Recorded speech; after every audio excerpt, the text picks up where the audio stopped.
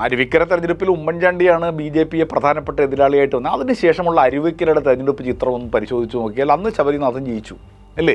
ശബരിനാഥൻ ജയിച്ചു കഴിഞ്ഞിട്ട് പിന്നീട് അവിടെ സംഭവിച്ചെന്താ?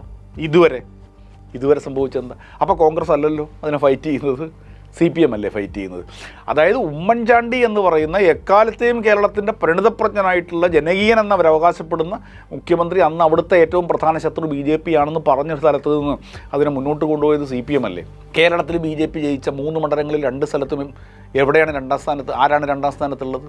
എങ്ങനെയാണെന്ന് CPM എത്രത്തോളം കമ്മിറ്റഡ് ആണ് എന്ന് നിങ്ങൾ കാണണമെങ്കിൽ CPM അതിൻ്റെ രാഷ്ട്രീയമായിട്ടുള്ള ഒരു ശക്തിയെപ്പോലും ഈ ഹിന്ദുത്വത്തെ തടയുന്നതിന് വേണ്ടിയിട്ട് ചെയ്തു കൊടുത്ത് ഇപ്പോൾ വലിയൊരു ആക്ഷേപമുണ്ട്. കാസർഗോഡ് അല്ലെ മഞ്ചേശ്വരം മണ്ഡലത്തിൽ CPM എന്താണ് സംഭവിക്കുന്നത് എന്ന ചോദ്യം ചില ആളുകൾ ഉയർത്തുന്നുണ്ട്. BJPയെ തടയാൻ വേണ്ടി CPM ഒന്നും ചെയ്തില്ല എന്ന് മുസ്ലിം ലീഗ് പറയൂ. ഇങ്ങനെ തെരഞ്ഞെടുപ്പ് രാഷ്ട്രീയത്തിൽ പോലും സ്വയം നഷ്ടം സഹിച്ചുകൊണ്ട് ഹിന്ദുത്വ എന്ന് പറയുന്ന വലിയ ഭീഷണിയെ ചെറുക്കുന്ന ഇടതുപക്ഷ പ്രസ്ഥാനത്തെ, ഇടതുപക്ഷത്തിൻ്റെ രാഷ്ട്രീയത്തെ എന്തിനാണ് ഇങ്ങനെ ചാപ്പയടിക്കുന്നത്? അതിൻ്റെ നേതാക്കന്മാർ ഓരോരുത്തരായിട്ട് ചാപ്പയടിക്കുന്നത്. ഇവരാണ് സംഘപരിവാർ വളർത്തിയത്. സംഘപരിവാറിനെ ശാരീരികമായും രാഷ്ട്രീയമായും നേരിട്ട ചരിത്രം നിങ്ങൾക്കാർക്കും ഇല്ലെന്ന്. അത് ഇടതുപക്ഷത്തിനേ ഉള്ളൂ. അത് സംശയം എന്താ? കേരളത്തിൽ പിണറായി വിജയൻ എന്ന് പറയുന്ന രാഷ്ട്രീയ നേതാവിനോളം മൈനോറിറ്റി കോസിന് വേണ്ടിയിട്ട് അദ്ദേഹത്തിൻ്റെ രാഷ്ട്രീയ ജീവിതത്തിലുടനീളം നോക്കിയാൽ നിന്നിട്ടുള്ള മറ്റൊരു നേതാവിനെ കാണിച്ചു തരാൻ പറ്റും.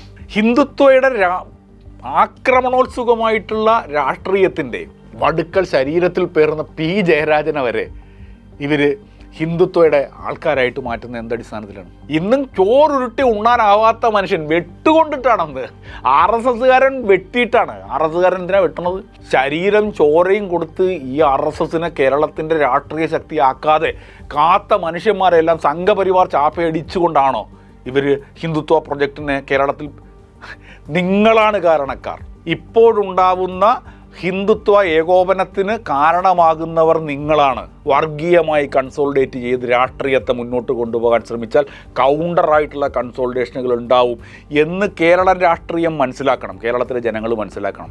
അതുകൊണ്ട് തങ്ങളുടെ കൂടെ പിന്തുണയിൽ വന്ന ഭരണമാണ്, ഞങ്ങൾ ഡിക്റ്റേറ്റ് ചെയ്യും എന്ന ഈ ധിക്കാരത്തെ എംഫാറ്റിക്കായിട്ട് നോ എന്ന് പറയാൻ സതീശൻ തയ്യാറാകുന്നില്ല എങ്കിൽ ഭാവി കേരളം അദ്ദേഹത്തെ വിലയിരുത്തുക ഈ വർഗീയ ഡിവൈഡിന് കാരണഭൂതനായ മനുഷ്യൻ എന്നുള്ളതായിരിക്കും.